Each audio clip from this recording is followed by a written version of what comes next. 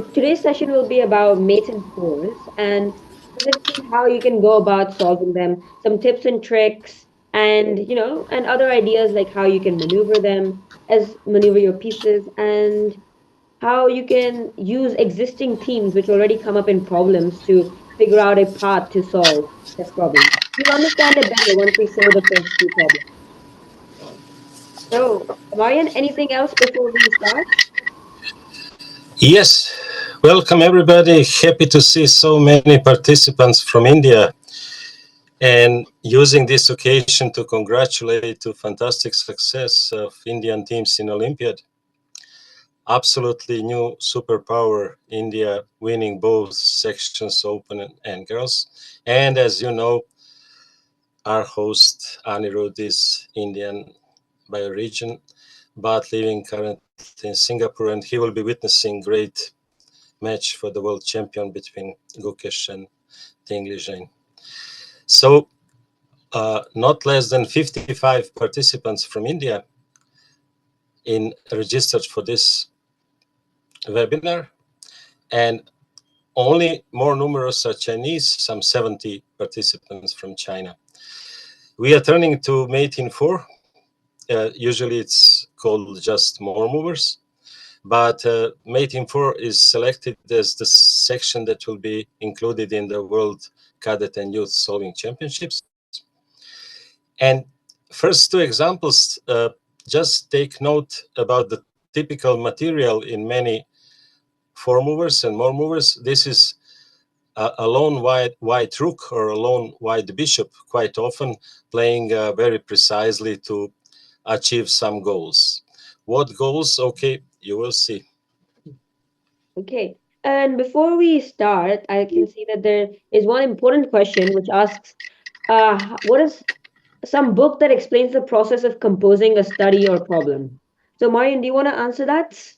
What are some books which Yeah, explain the I, process? w- I would gladly, I would gladly send some link to the chat. I see this is to host and panelists, how to send to everybody.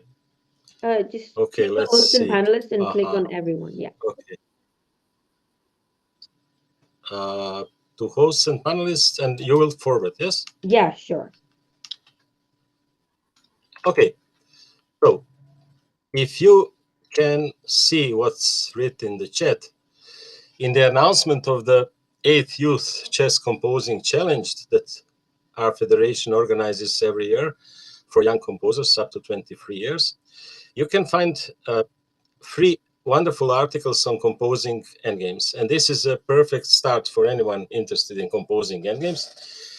You see the link to this announcement, and you see the articles by 3 different grandmasters. Johan Helsten, Grandmaster of Chess, about composing endgame studies. John Nunn, both Grandmaster of Chess and Solving, how he composed the study. And Stefan Slumstrup Nielsen, Grandmaster in composing and world champion in composing endgames, about his ways to compose endgames. So this is absolutely perfect start. And for the next time when we turn to endgames, we could come with more information. Yeah. Thank you. Perfect, perfect. Okay, but today's session is not about endgames, it's about mate and force and how to specifically solve them. So, let's start off with the first problem. And in maiden fours, it's very, very important that you are able to maneuver your pieces well, but also black's pieces of where you would like them to be, and try to manipulate them as to so that black has to move the bishop or a pawn or a rook or a queen to the square which you want. And so, in this example, we're going to learn how you can do that. And here it is. This is by Gerald Latzo, 1943. I will make the board slightly bigger so you can see. It's a maiden four, so normally in maiden fours, you should write the answer till the white's third move because, and leave out black's last move and white's last move as well. So white's third move and maiden four. Try to give the whole solution if possible. Of course, if you're not able to solve this, no worries. This is going to be a learning process, and so it will be tough at the start, but hopefully we can guide you as to how to do it. Yeah, I will add just one more detail. Please, when you send the solution in chat, write first, second, and third move. First 3 moves of white, because this is what is necessary to get full points when it is mate in 4. So mate in 4, all problems today are mates in 4, and always you need to write first 3 moves of white. Last move by white is not necessary, not needed, and black defense after third move is not needed. In some problems like 2 movers, it's enough to write the first move, but in 4 mover, you need to write more. You can guess incidentally first move, but this is not the solved problem. So you should write really the main line. There is one main line lasting 4 moves. First, second, and third move. Black pawns always go down and white pawns always go up. Yep. So take some time, like 10, 30, 40 seconds, just to look at the position, see what mates can already occur if there was not a piece involved, and try your best to maneuver your pieces. As since you only have one rook to checkmate with, it might be a little tough at the start, but we're here to guide you. And we've started to receive a few answers, one of them being correct. Uh, if you've got the right answer, and once we message you that it's right, try to think of the other variations which may occur as well. And of course, if there are none, then good job, you've got it fully right.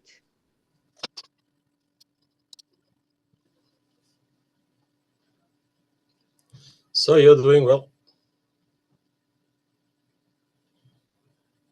Yeah, we've got quite a few right answers already, which is very nice to see. Uh, Indeed, I think it's very important to look, and which most answers are already doing so, is to look at the A file, and perhaps if there could be any mating ideas using that A file. So once again, one move of white is not enough. You should write first, second, and third move in all variations, all different variations. Okay, since many have got the right answer, should we proceed to the tries and then the solution? Yeah, yeah, I think it's time. Okay, so I think there were one or two tries regarding king b6 and rook to e5, which we should like to cover. And I'll put it up on this board so you can see better. One of you had suggested to play rook to e5, which is a great idea because, again, you're planning to do rook a5 checkmate. But the only problem here is that black can play d5, after which you get no other ideas on the a file. For instance, you can't go rook e4 anymore because of the pawn. You can't go rook e6 because of this bishop. So overall, white can't really do anything. Similarly, if you go something like king to b6 with the idea of playing rook to e8, you're on the right track, but again, the problem comes is bishop to e6 or even bishop to f7. And the idea is that you're blocking this rook from going to e8, and there's nothing white can do about it. So the right answer here is to maneuver and lure this bishop outside of this area. So now after rook to e4, it threatens mate on a4. Black can do nothing but play something like bishop to b3 to guard this pawn, after which white cunningly plays rook to e5. Again, the problem is that if after rook to e5, white is threatening checkmate, and black can do nothing but play d5. Again, trying to block this route, but after which black has made all of these weaknesses, and king b6 now works after because rook e8 is threatened, and this time around this bishop can't go back to f7 or e6 because a black pawn on d5 is in its way. Yeah, that was the idea. The idea was that you were trying to maneuver the pieces and control the black bishop so that he moves away from this important square of f7 and e6. And then you play another intermediate move. So the black has to block his own bishop, after which white can play king b6 and rook e8 is checkmate no matter what. Marian, anything else to add before we move on? Yes, yes. To define it more precisely, let's go back to the initial position, put pieces back to the starting position.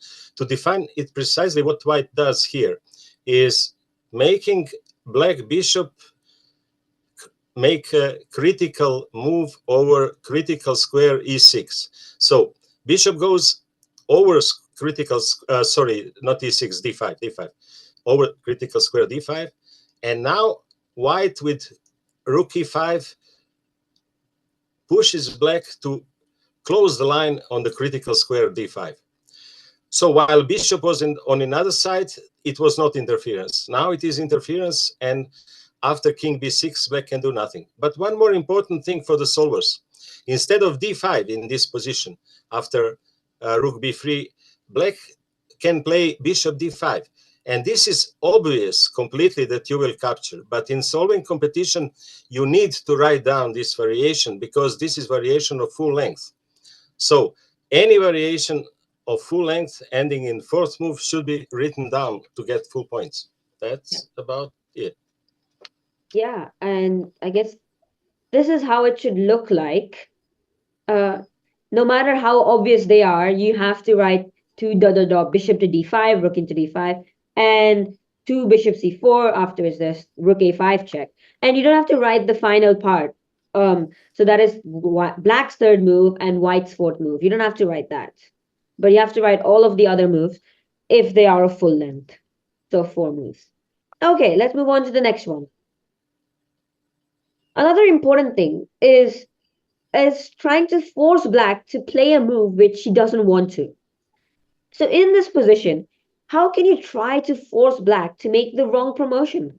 After all, black is going to promote to queen, c1 queen, after which there can be a bit of problem in checkmating black. So how can you try and force black to play the wrong move? White to play maiden 4 by Werner Speckman.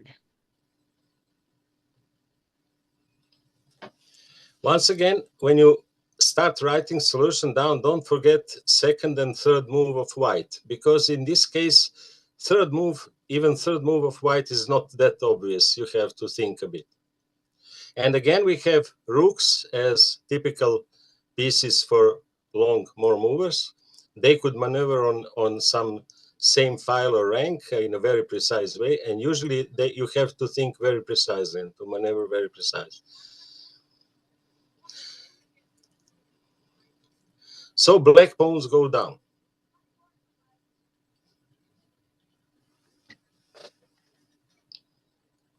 Yep, it's also quite easy to see it goes down because there is one h1 on the bottom right of the board. Now the solving is more complicated than in the previous problem because there are two rooks on the board and they could be quite confusing with what rook to use, how to start. So it looks completely different than the previous problem, but at the end you will see that the main solution is very similar and the main idea is very similar to previous. Yeah, I think in most maiden fours there is this type of motif that you're forcing black to do the wrong thing, which he doesn't want to. Especially when there is a rook or bishop, white rook or bishop as the main piece, thematic piece.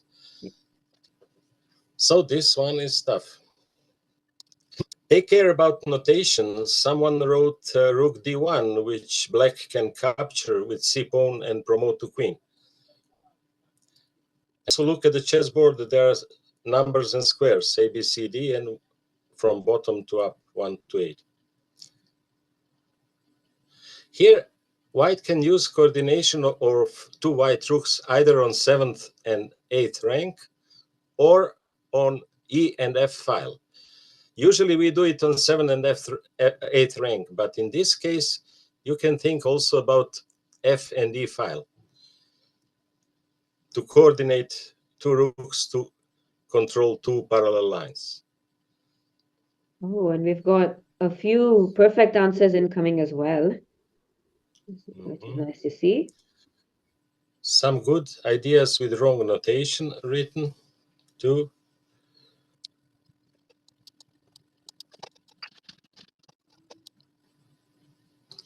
And some good first two moves, but not the third one. And in this case, you would lose all 5 points because when you write solution of four mover, you have to write correctly first three moves. If you stop on second, you are losing time. You're losing complete points, not time, sorry. all 5 points lost because of third move. Okay, I think we should move on to the tries of this, since many have given the right answer now. So there were quite good suggestions throughout, and perhaps I'll play it out on the Leech's board so that you can understand better. I think one recurring one was something like rook to h1. Idea being rook h8 checkmate, and it seems very natural to play that. But the problem is king to f8. Attacking this rook. Now rook h8 does not work. You have to move this rook away, let's say to d7. Then black plays king g8. Again, doesn't allow you to play rook h8. White goes something like rook to e1, but then king to f8. And now this is white's fourth move, and white has to play something like king d8 to threaten mate, but this is no longer a mate in four, so it does not work. There was one idea of rook to g4, was it? With the idea of rook e4 checkmate. Another nice idea. The problem is d5. Now, if you go something like rook to g5 to threaten mate, king e7, and the black king just about gets out of in time.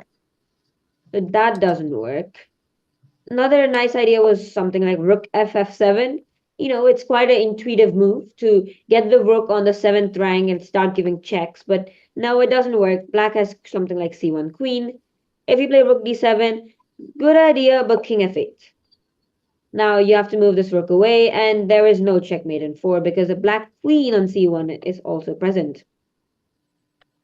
So, what is the right move? The right move here is to play rook to g2. The idea being now you're threatening rook e2 checkmate, and the only way black can stop that is to play this embarrassing move c1 knight. After which, white simply plays rook to e3, again threatening mate on e3. Black has to play knight d3 to stop any ideas so that rook e3 is met by knight e5. But no, rook into d3. After which, no matter what black plays, there is simply rook to e3 checkmate. Yes, that's about it. Anything else to add, Marian?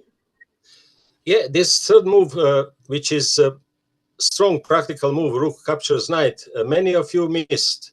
And after rook g3, knight d3, some of you wrote rook e3, some other rook moves. So just take care that you have to write down all three first moves correctly. And now we will be moving to completely different ideas in more movers. Ideas where black has no force to defend, but has a strong stalemate potential defense.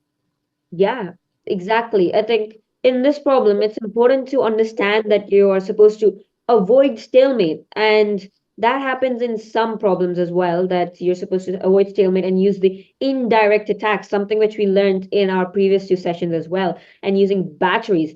And this one, interestingly enough, is by Adolf Anderson, who is famous for his immortal chess game played roughly 20 years after he composed this problem. So, yes, he was a famous chess composer as well as a chess player. Another white to play mate in 4, and this time around, black has almost no pieces whatsoever, only a king and two black pawns. So, how can white mate in 4 here? Once again, think about first three moves. Some of you will guess maybe correct first move, but you have to find second and third in order to get full points. So please write all three moves, not only the first move. Yeah. One almost correct solution, but wrong third move. This is the case when you lose all 5 points. Now here you can also play a bit the detective and think what are pawns on h2, f3, and h3 doing. If you get in the role of detective, you can really try to guess why composer put some pieces. And seeing all those pawns down, you may expect that they will be used. How they might be used? They might be used only if black king comes closer to them. And this is a good hint. So we have first correct, completely correct solutions. Good. So black is currently stalemated, and so we have to give him a move to play. And so it's interesting to figure out how we can give him that. Yet one very interesting try here written down almost works, but black can play differently. There are a few ways to release black king from stalemate position, which you have to do for the beginning, otherwise it would be stalemate. Only one of few really works.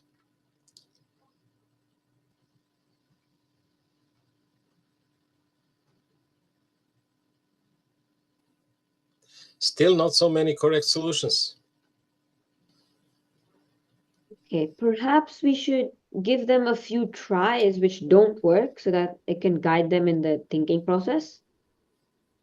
Yeah. So these are a few tries. We won't play them out just yet, but it's interesting to see why they don't work. In both scenarios, white is trying to give a flight to the black king. For instance, after bishop to d7, it's trying so that black can go king g6 or king h5, but it doesn't work, and it's up to you to, of course, see the variation and play it out.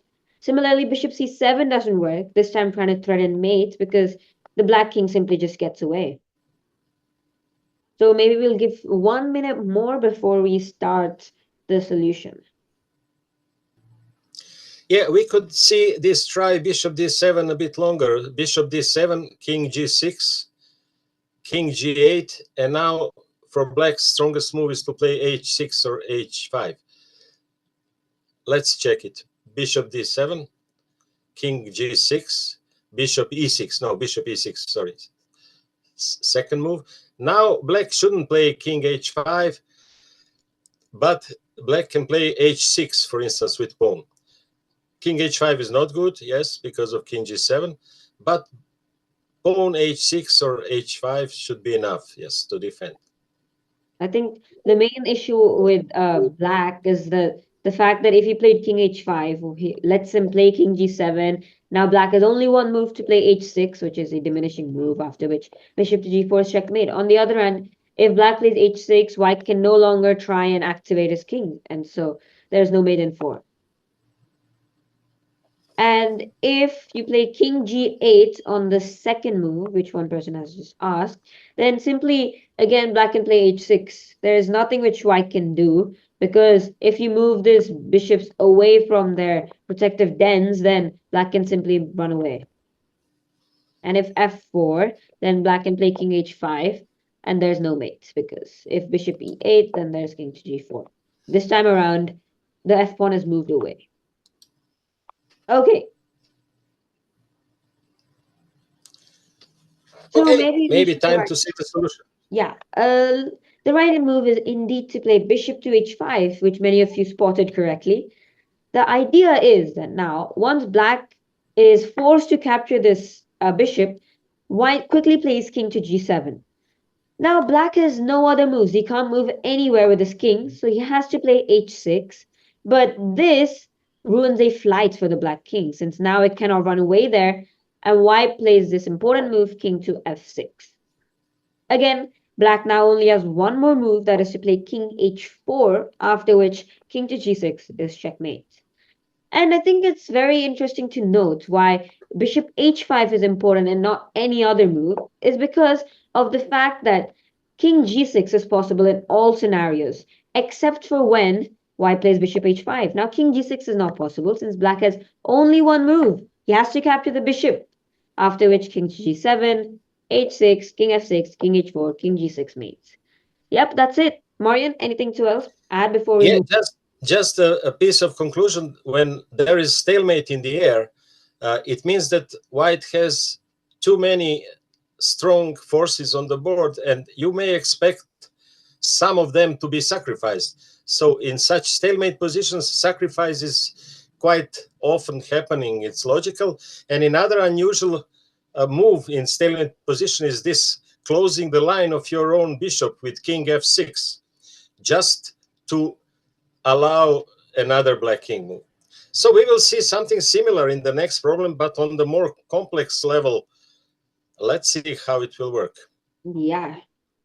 So yeah, this was indeed composed by Adolf Anderson in 1842. Almost 200 years now since that's been composed. Okay, so now I guess it's a test to whether you all have been doing your homework because this is about the Indian theme from the last homework which we gave you. And the Indian theme is basically when a line moving piece, that is a rook, a bishop, moves over a critical square, after which another piece, which is not the same, for instance, let's say a rook moves over, let's say, square on f4 and goes to h4, then the bishop comes to f4 and blocks the rook's line for a bit, only to be opened later. That is the Indian theme. Of course, you'll try understand it better once we actually show you the position here. So, if you remember it, this should be slightly easier to solve.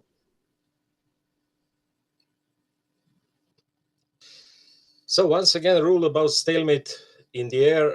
When there is such stalemate possibility, you can always expect unusual, spectacular moves, completely unexpected moves. And this is almost a rule for chess composition that spectacular, unexpected moves are something in the essence of chess composition. Now, don't forget, when you start writing potential solutions, don't forget first, second, and third white move. And black pawns are going down, just to add, yeah. Yeah.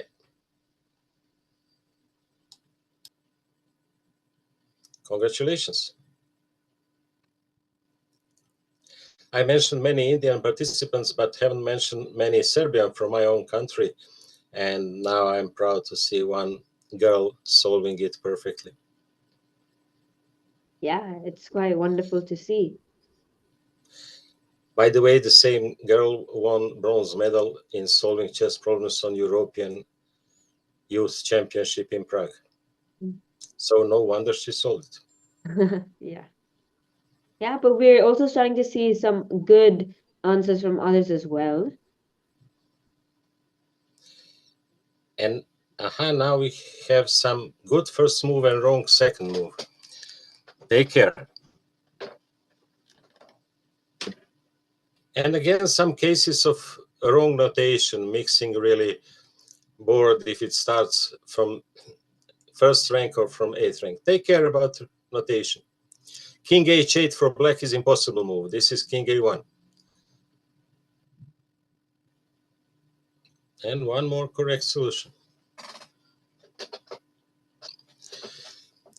In this problem, you don't need to write much. There is only one line and just to write the complete line. There are no threats like in free movers in this problem, but in some next there will be.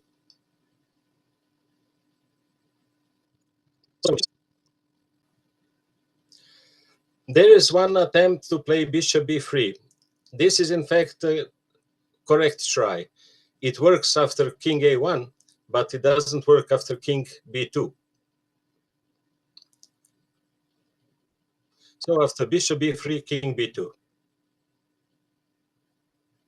Should I play it out on the board itself?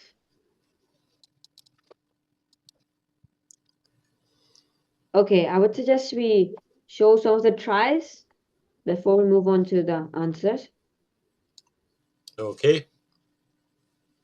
Yeah, I think bishop b3 check was already mentioned, but rook h6 also deserves some looking at because some had suggested so. So rook to h6 does not work because black simply goes king to b2 and now he can run away, king c1 and king c3. And I think that's the main problem when you're moving this rook away from this b file because now you're giving black the freedom to move away. Something like bishop b3 check also does the same because now black can go king b2, c3 and c1 are open. And if bishop to b1 check, it almost works. King to a1, after which you might be thinking something like king b3, king into b1, and rook c6. But it doesn't work because black is not forced to play king a1. He can simply go a2. So close, but not quite there.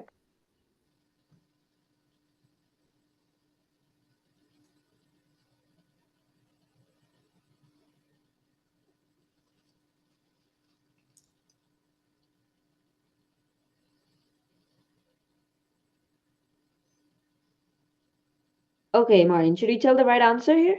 Yeah, time to see the spectacular first move. Bishop to h7. I think it's one of a very beautiful move, and the idea being as to why we move this bishop so away. Black is forced to play king a1, and now we play king to b3. We give him only one move to play with, that is a2, and now the spectacular move rook to g6. That's why bishop h7 was important, so that it's the Indian theme. It moves over the critical square of g6, after which the rook blocks the square and moves on it so that he blocks this diagonal and interferes with it. So now black has only one move to play king b1, after which there's a discovered checkmate. And that's why bishop h7 is so important. If you play any other move like bishop to f5, that doesn't work here because now moving this rook away is simply stalemate. That can't go to king b1. And that's why bishop h7 all the way there. So white blocks that line, that diagonal, so that checkmate can occur. Yeah, that's about it. Marian, anything to add before we... Yes, just one thing about line pieces. You see, you know the rule in chess that line pieces could be the same dangerous when they are close to black king and when they are far away. So chess problems quite often use these far away from black king moves to surprise the solver. But in fact, the bishop may be even more dangerous when far away than when close. Yeah, and now we'll be going on to something different. Yeah, perfect. So indeed, the right answer is bishop to h7. Well done to those who found it. Here, of course, now, here, this is one of the main things which you should do when looking at a mate in four problem is that you should also look at what black's moves are and analyze them, because you may be surprised to see that a mate is already present there and you just have to lose a tempo or find the right combination of moves to mate black. So this is by Franz Palets by 1835, another problem which is super old, like 200 years old almost. And this is somewhat funny to look at as well because there are no pawns present, but so many pieces on the board. So yeah, mate in four, that's it.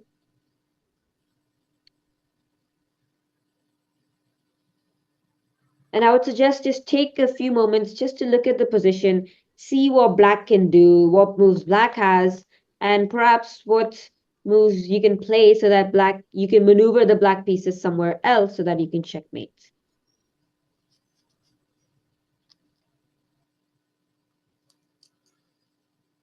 So when you approach this problem from the black side, you can take away black bishop from the board and say, okay, let's move it anywhere. When bishop goes away from b2, do you perhaps notice immediate mate? There seems to be mate in one, rook c2. Rook's line is open. Now the problem for white is that white has no direct tempo move in this position. Otherwise it would be mate in two, not mate in four. But you have four moves, and you have idea to come back to the same position after losing a tempo. Once again, to make black bishop move away and to give rook c2 mate. So think in that direction.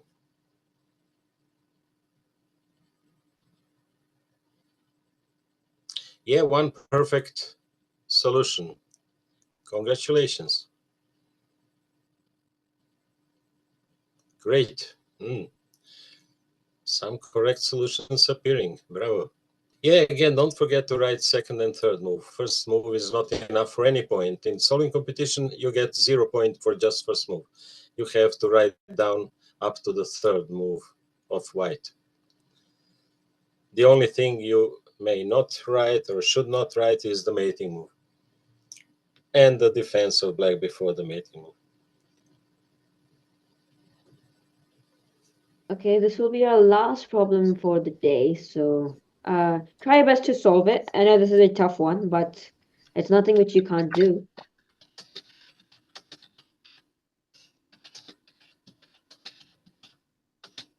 And just as I say that, we get another very good solution. Perfect.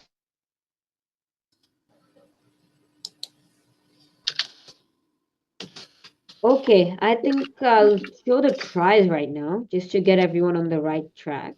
There's only one, I think, which is which is one which we should look at.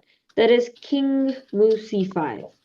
It seems like a good move, right? Because it's a tempo move. Now, if black plays something like bishop a1, voyola, bishop rook c2 is checkmate.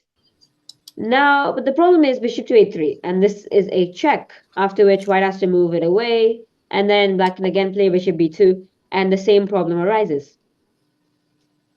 And similarly, I think one had idea of knight to h1, which doesn't really make sense since black can simply run away with king d3, and now king e4, king f5, black has all the freedom in the world. So the right move here is to play bishop to d1, a subtle move, and now it forces black that, what are you going to do with this bishop?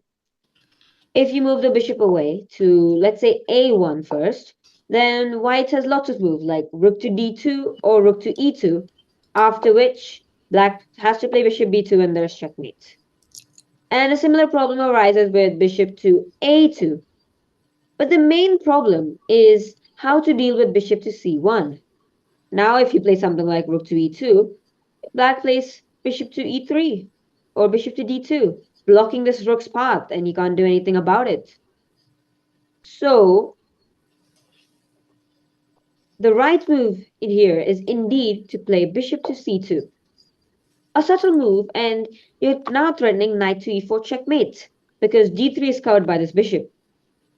Black, in return, has to play bishop to b2 so that he blocks this path, and now knight e4 is met by king into bishop mate. So white plays bishop to a4, and look, we're in the same position as what we were in the starting position, but this time around it's black to play, and now white has successfully lost a tempo, and now rook c2 is checkmate. So I think this is somewhat similar to the concept of triangulation, which we learned in endgames at our start, but it's somewhat different because as white, we're trying to force black to move his bishop away and then force black to move it again in the same amount of time. And then bishop to a4, it's the same position as before, but instead it's black to play, and this time it's checkmate. Yep, that's about it, Marian. Anything else to add? Yeah, okay. I see that we got some more questions not related directly to this more mover session. Now we are closing examples you will be solving, but expect your homeworks. You will get some more difficult problems to solve for homework. And one more question Yeah. we just got is about favorite books in about problems and endgames, composing and solving. Let's leave this topic for the last session next time, so we can give you maybe some ideas and advices. Yes, just for to prepare better some good answers for you. And yes, thanks you all for coming. It's again wonderful audience and good solving. We'll have one more session, so prepare for joining on 5th October. Anirudh, thanks again and congratulations again for Indian successes. Yeah, thank you very much for attending this session. It was a pleasure to have all of you here. And I think our next and final session will be about end games, which will be applicable to real life chess games as well. So do join that so that you can sharpen your skills. That's about it from me. Thank you very much for joining, and we would like to end the session now. Thank you, and see you next week. Bye.